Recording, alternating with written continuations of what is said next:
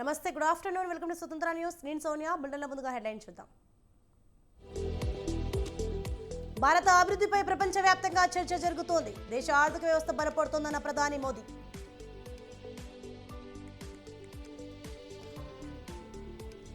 తెలంగాణ అభివృద్ధికి సహకరించినందుకు ప్రధానికి కృతజ్ఞతలు.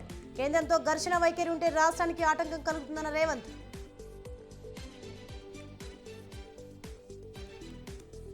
నెల్లూరు టీడీపీ నేతల ఇళ్లలో సోదాలు. మాజీ మంత్రి నారాయణ సన్నిహితుల నివాసాల్లో తనిఖీలు.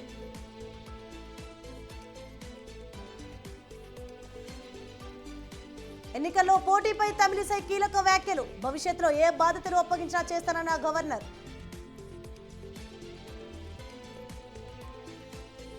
అభ్యర్థుల లిస్టుపై జనసేన అధినేత కసరత్తు. ఇవాళ రెండో లిస్టు విడుదలయ్యే అవకాశం.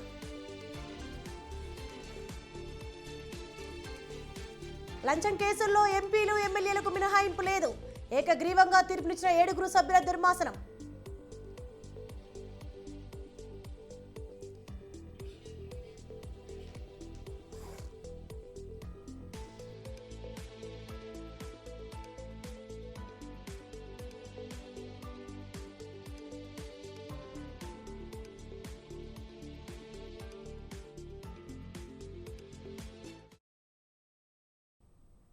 డీటెయిల్స్ చూస్తే ప్రధాని నరేంద్ర మోదీ ఎన్నికల శంఖారావం పూరించారు. ఆదిలాబాద్లో జరిగిన విజయ సంకల్ప సభలో ఆయన ప్రసంగంతో ప్రజలను ఆకట్టుకున్నారు. ఆబ్కీ బార్ 400 పార్ అని నినాదించారు. 15 రోజుల్లో చేసిన అభివృద్ధి కార్యక్రమాలను మోదీ వివరించారు. కుటుంబ పార్టీలతో లాభం లేదన్నారు మోదీ. ఆత్మనిర్భర్ భారత్ నుంచి వికసిత్ భారత్ దిశగా దేశం ముందుకెళ్తుందన్నారు మోదీ.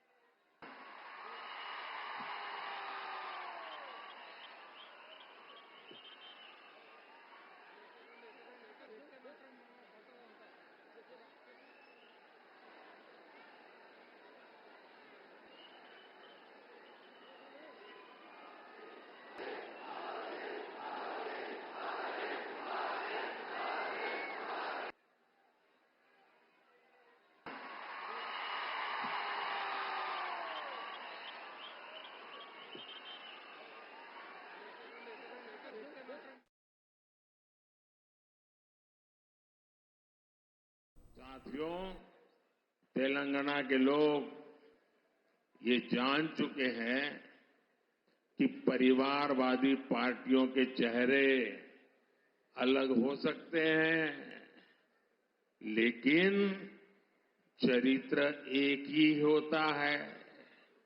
और ये चरित्र क्या है? 2 पक्की चीजें हैं उनके चरित्र में, एक झूठ, दूसरा लूट। तेलंगाना में जैसे टीआरएस के बीआरएस बनने से कुछ नहीं बदला था, वैसे ही बीआरएस की जगह कांग्रेस से आने से कुछ नहीं बदलने वाला, क्योंकि एक ही चट्टे बट्टे के लोग हैं ये। राष्ट्र के विकास के लिए भाजपा का यही कमिटमेंट है, जिसके कारण तेलंगाना के भी लोग पूरे जोश से कह रहे हैं। तेलंगाना के गांव-गांव से आवाज आ रही है, नौजवान भी बोल रहा है, बुजुर्ग भी बोल रहे हैं, महिलाएं भी बोल रही हैं, शहर वाले भी बोल रहे हैं, किसान भी बोल रहा है, मजदूर भी बोल रहा है। अब की बार 400 पार, अब की बार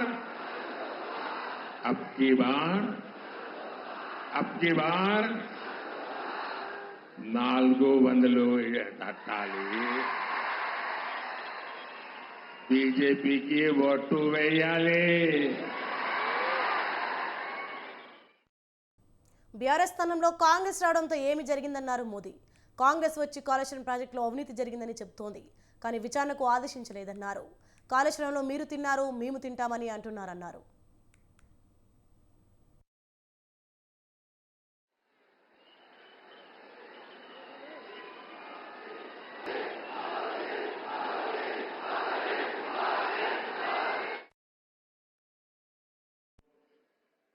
ये जान चुके हैं कि परिवारवादी पार्टियों के चेहरे अलग हो सकते हैं, लेकिन चरित्र एक ही होता है।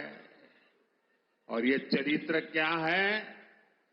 दो पक्की चीजें हैं उनके चरित्र में, एक झूठ, दूसरा लूट। तेलंगाना में जैसे टीआरएस के बीआरएस बनने से कुछ नहीं बदला था, वैसे ही बीआरएस की जगह कांग्रेस से आने से कुछ नहीं बदलने वाला, क्योंकि एक ही चट्टे बट्टे के लोग हैं ये। बीआरएस ने अपनी सरकार में कालेश्वरम प्रोजेक्ट जैसे घोटाले किए। कांग्रेस की सरकार उस पर कार्रवाई करने के बजाय फाइलों को दबाकर बैठ गई। तुम भी भले हम भी भले, तुमने खाया मैं खाऊंगा, यही करते हैं। साथियों, भ्रष्टाचार, परिवारवाद और तुष्टीकरण में आकंठ डूबे इंडी गठबंधन के नेता बौखलाते जा रहे हैं। साथियों, तेलंगाना के लोग నాకు కుటుంబం లేదని అంటున్నారని దేశ ప్రజలే మోదీ కుటుంబం అన్నారు. దేశంలోని పేదలు, పిల్లలు, యువతే తన కుటుంబం అన్నారు. మేరా భారత్ మేరా పరివార్ నినాదించారు ప్రధాని మోదీ. उन्होंने 2024 के चुनाव का अपना असली घोषणा पत्र निकाला है। मैं इनके परिवारवाद पर सवाल उठाता हूं तो इन लोगों ने बोलना शुरू कर दिया है कि मोदी का कोई परिवार नहीं है। अब तो कल ये कह देंगे कि तुम कभी जेल में तुझे सजा नहीं हुई इसलिए तुम राजनीति में नहीं आ सकते, ये भी कह देंगे। तेलंगाना के मेरे भाइयों बहनों, मेरा जीवन खुली किताब जैसा है। मेरा पल पल सिर्फ और सिर्फ आपके लिए होंगे। देश के कोटि कोटि लोग मुझे తెలంగాణలో అభివృద్ధి జరగాలంటే వచ్చే ఎన్నికల్లో బీజేపీ అధిక మెజార్టీతో గెలిపించాలని కిషన్ రెడ్డి కోరారు. ఆదిలాబాద్లో బీజేపీ విజయ సంకల్ప సభలో ప్రధాని మోదీతో కలిసి కిషన్ రెడ్డి పాల్గొన్నారు. కాంగ్రెస్ పార్టీ హామీలను అమలు చేసే పరిస్థితి లేదన్నారు. కాంగ్రెస్ పార్టీ ఓటు బ్యాంకు రాజకీయాలు చేస్తుందని మండిపడ్డారు.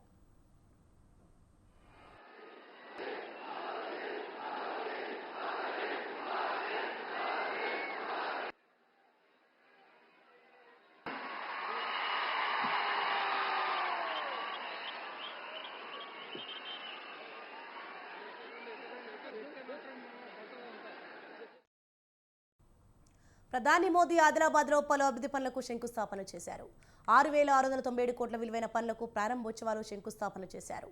రామగుణం ఎన్టీపీసీలో 6,000 కోట్లతో నిర్మించిన రెండో థర్మల్ పవర్ యూనిట్ను జాతికి అంకితం చేశారు. 70 కోట్లతో నిర్మించిన అంబారీ ఆదిలాబాద్ పింకాలకుట్టి రైల్వే లైన్ జాతికి అంకితం చేశారు.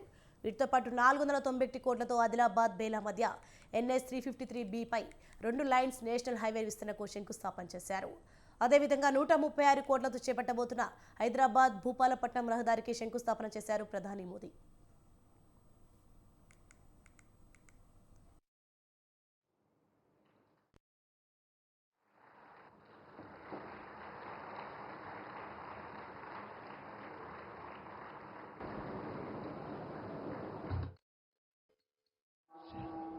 आदिलाबाद की धरती तेलंगाना ही नहीं पूरे देश के लिए कई विकास धाराओं की गवाह बन रही है। आज मैं आप सबके बीच 30 से ज्यादा विकास कार्यों के लोकार्पण और शिलान्यास, इसका मुझे आज यहां अवसर मिला है। 56,000 करोड़ 56,000 करोड़ रुपीस, उससे भी ज्यादा ये प्रोजेक्ट तेलंगाना समेत देश के अनेक राज्यों में विकास का नया अध्याय लिखेंगे।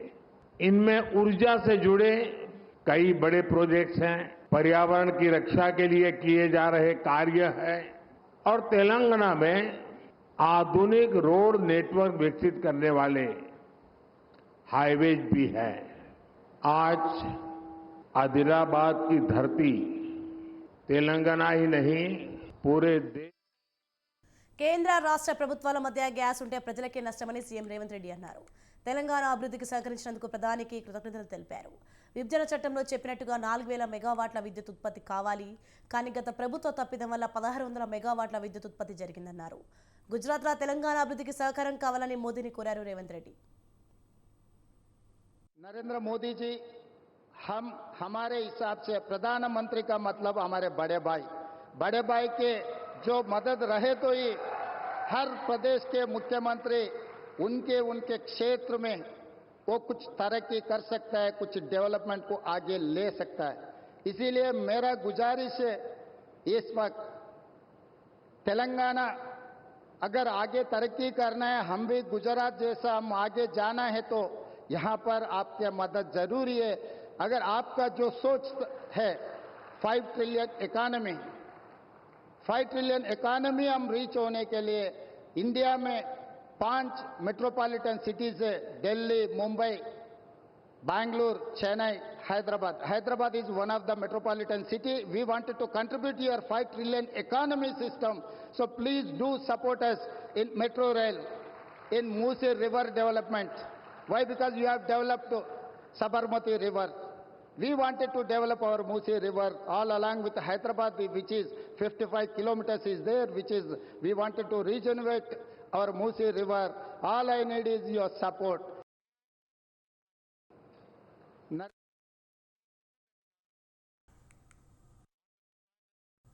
ఎల్ఆర్ఎస్ను రద్దు చేస్తామన్న కాంగ్రెస్ హామీ ఏమైందని కేటీఆర్ ప్రశ్నించారు. రద్దు చేస్తామని బట్టి విక్రమార్క గతంలో చెప్పారన్నారు. నో ఎల్ఆర్ఎస్, నో టీఆర్ఎస్ అన్నారని గుర్తు చేశారు. బీఆర్ఎస్ హయాంలో ఎల్ఆర్ఎస్ ఫీజులు కట్టమంటే రక్త మాంసాలు పీలుస్తున్నామని విమర్శించారన్నారు. ఎల్ఆర్ఎస్ ఫీజుల రూపంలో కాంగ్రెస్ ప్రభుత్వం డబ్బు వసూలు చేస్తుందని ఆరోపించారు. దీని ద్వారా ప్రజల నుంచి 20,000 కోట్లు రాబట్టాలని చూస్తోందన్నారు. గతంలో బట్టి చెప్పినవి ఒట్టి మాటలని అర్థమైందని కేటీఆర్ ఎద్దేవా చేశారు. ఈ ముగ్గురు మంత్రుల్ని, ఉప ముఖ్యమంత్రి గారిని, కాంగ్రెస్ పార్టీ ప్రభుత్వాన్ని ఇవాళ నేను సూటిగా అడుగుతా ఉన్నా. ప్రజల నుంచి 20,000 కోట్ల రూపాయలు తోలు వలిచి వసూలు చేయడానికి మీరు వేసిన ఎత్తుగడ ఇది కాదా? మీరు చెప్పిన మాటల్లో విశ్వసనీయత ఉంటే, మీరు ఆనాడు ప్రతిపక్ష పార్టీగా మీరు చెప్పిన మాటల మీద మీకే విశ్వాసం ఉంటే, ఇవాళ మరి ఈ రకమైన ఎల్ఆర్ఎస్ కార్యక్రమానికి మీరు ఎందుకు తెరదీశారు? మార్చి 31 లోపల ఖచ్చితంగా కట్టి తీరాలి అని మీరు ఏదైతే చెప్తున్నారో ఇది మరి ఎంతవరకు సమంజసం మీరే చెప్పాలా. ఎందుకంటే ప్రభుత్వంలో లేనప్పుడు, ప్రతిపక్షంలో ఉన్నప్పుడేమో ఫ్రీగా చేస్తామని చెప్పి ఊకదంపుడు ఉపన్యాసాలు ఇచ్చారు, ప్రజలకు అబద్ధాలు చెప్పి అధికారంలోకి వచ్చారు. ఎల్ఆర్ఎస్ మీద న్యాయ పోరాటం ఏమైంది? వెంకటరెడ్డి గారిది పిల్లి ఏమైంది చెప్పాలి. అందుకే మేము అనేది బట్టి గారు చెప్పిన మాటలు వట్టి మాటలని తేలిపోయింది. అసలు ఎల్ఆర్ఎస్ కట్టవద్దని చెప్పింది ఉత్తదని తేలిపోయింది. ఉత్తమ్ కుమార్ రెడ్డి గారు ఫ్రీగా చేస్తాం ఎల్ఆర్ఎస్ అన్నారు, మరి ఆయన క్యాబినెట్లో ఉన్నారు. ఇవాళ ఆయన క్యాబినెట్, ఆయన ఏ మంత్రివర్గంలో అవుతున్నారో ఆ క్యాబినెటే ఎల్ఆర్ఎస్ కట్టాలని చెప్తా ఉంది. అదేవిధంగా సీతక్క గారు చిల్లిగవ్వలేదు ప్రజల దగ్గర అన్నారు, మరి వారు కూడా ఈరోజు సమాధానం చెప్పాలి. ఇవన్నీ తప్పకుండా ప్రజల తరపున మేము అడుగుతా ఉన్నాం, తప్పకుండా వారు మరి స్పందించాలని చెప్పి కూడా డిమాండ్ చేస్తూ ఉన్నాం. నేను ఇవాళ ఈ ముగ్గురు మంత్రుల్ని, ఉప ముఖ్యమంత్రి గారిని, కాంగ్రెస్ పార్టీ ప్రభుత్వాన్ని ఇవాళ టీడీపీ మాజీ మంత్రి నారాయణ సన్నిహితుల నివాసాల్లో పోలీసులు సోదాలు నిర్వహించారు. మాజీ జెడ్పీటీసీ ముప్పాల విజేతారెడ్డి, వ్యాపారవేత్త గురుబ్రహ్మ నివాసాల్లో తనిఖీలు చేశారు. విజేత ఇంటిని 20 మంది పోలీసులు చుట్టుముట్టి హంగామా చేశారు. ఇంట్లో వస్తువులు, బీరువాలు తనిఖీ చేశారు. 25,000 నగదు తప్ప మరేమీ దొరక్కపోవడంతో వెనుదిరిగారు.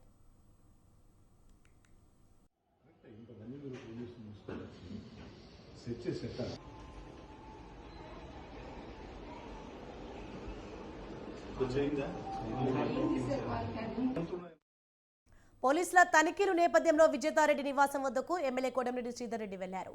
టీడీపీ నేతల ఇళ్లలో పోలీసు సోదాలపై ఆయన ఆగ్రహం వ్యక్తం చేశారు. తమ పార్టీ నేతలే లక్ష్యంగా దాడులు చేస్తారా అని ప్రశ్నించారు. త్వరలో ఎన్నికల నోటిఫికేషన్ ఉందని, అన్ని వ్యవస్థలు పారదర్శకంగా వ్యవహరించాలన్నారు. వ్యాపారవేత్త గురుబ్రహ్మం నివాసంలో తెల్లవారుజాము నుంచి తనిఖీలు చేపట్టారు.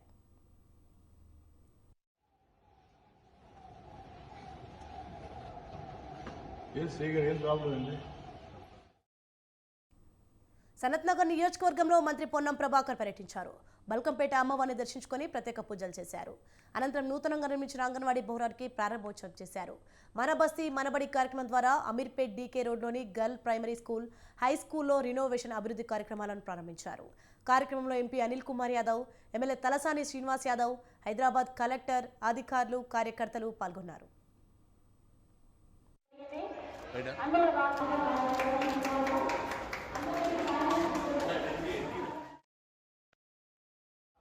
డిజిటల్ అంటే మారుతున్న కాలానికి అనుగుణంగా పెరుగుతున్నటువంటి సాంకేతికతకు అందుకునే రీతిలో మన ఊరు మనబడి, మనబడి మన బస్తీ అనేక రకాల నామధేయాలతోటి పాఠశాలల, ప్రభుత్వ పాఠశాలల government school percentage, result percentage చాలా ప్రయారిటీ.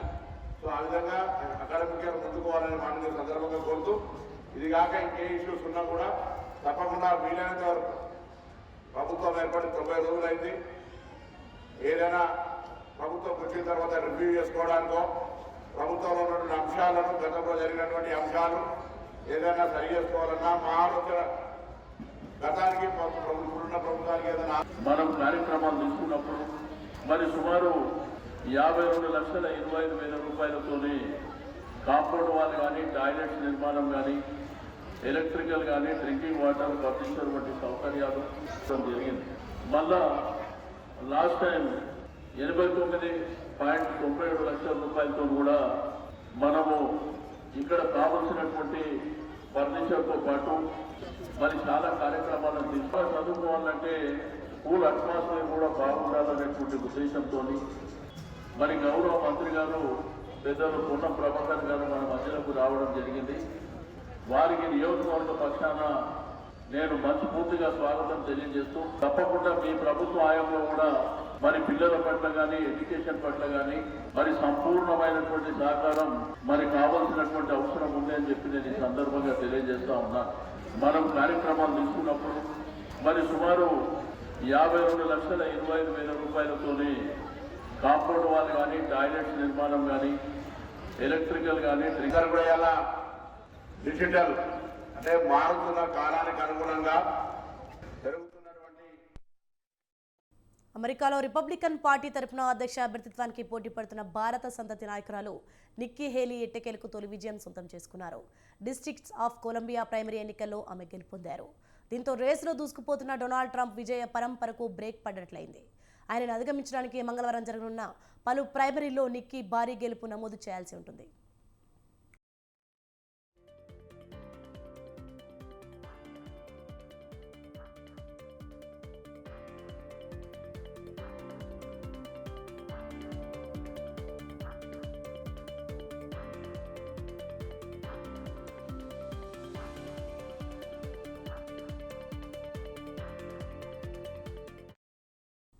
సొంత రాష్ట్రమైన దక్షిణ కరోలినాలోనూ నిక్కీ ఓడిపోయారు. అయినప్పటికీ రేసు నుంచి వెదలగడానికి నిరాకరించారు. ఓవైపు ట్రంప్ ఆధిపత్యం కొనసాగుతున్నప్పటికీ ఆయనకు ప్రత్యామ్నాయం తానేనంటూ నిక్కీ ప్రచారం చేస్తున్నారు. డిస్ట్రిక్ట్స్ ఆఫ్ కొలంబియా డెమోక్రాట్లకు కంచుకోట. అక్కడ నమోదిత రిపబ్లికన్ల సంఖ్య 23,000 మాత్రమే. 2020లో అధ్యక్షుడు జో బైడెన్ తమ పార్టీ ప్రైమరీలో 92% ఓట్లు పొందారు.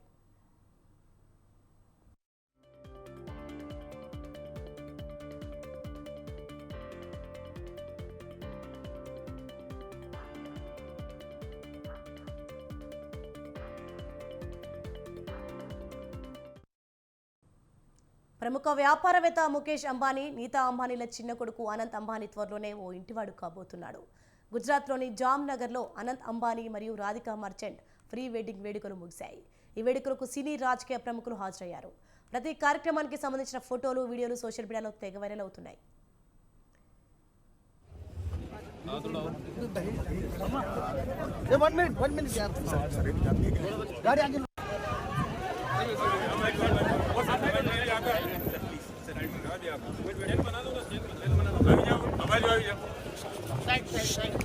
राइट में लग जाएगी। Welcome to Jamnagar. Thank you. One minute यार। गाड़ी आगे।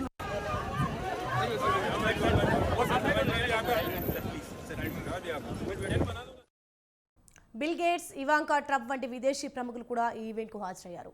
3 రోజుల పాటు జరిగిన ఈ వేడుకలో చివరి రోజు RRRలోని నాటు నాటు పాటపై బాలీవుడ్ సూపర్ స్టార్ స్టెప్పులేసి అలరించారు. షారుఖ్ ఖాన్, సల్మాన్ ఖాన్, అమీర్ ఖాన్ డ్యాన్స్ వేశారు. అలాగే వేడుకల చివరి రోజు ముఖేష్ అంబానీ సతీమణి నీతా అంబానీ క్లాసికల్ డ్యాన్స్ వేశారు. ఆ డ్యాన్స్ అందరినీ ఆకట్టుకుంది.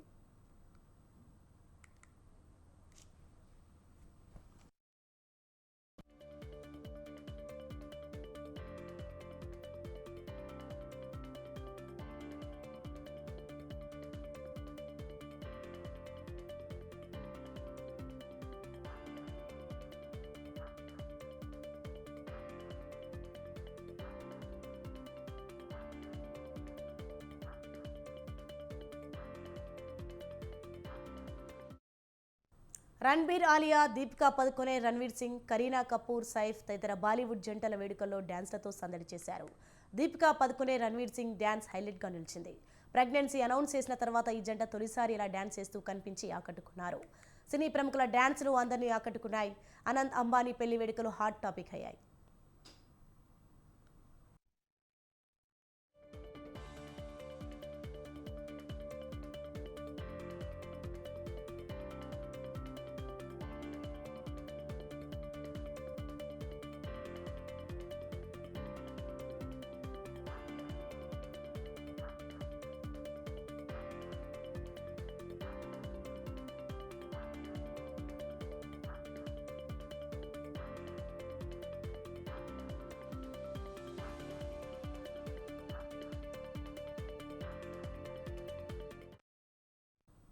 SCKV Bulletin updates. For more updates, keep watching Swatandhra News.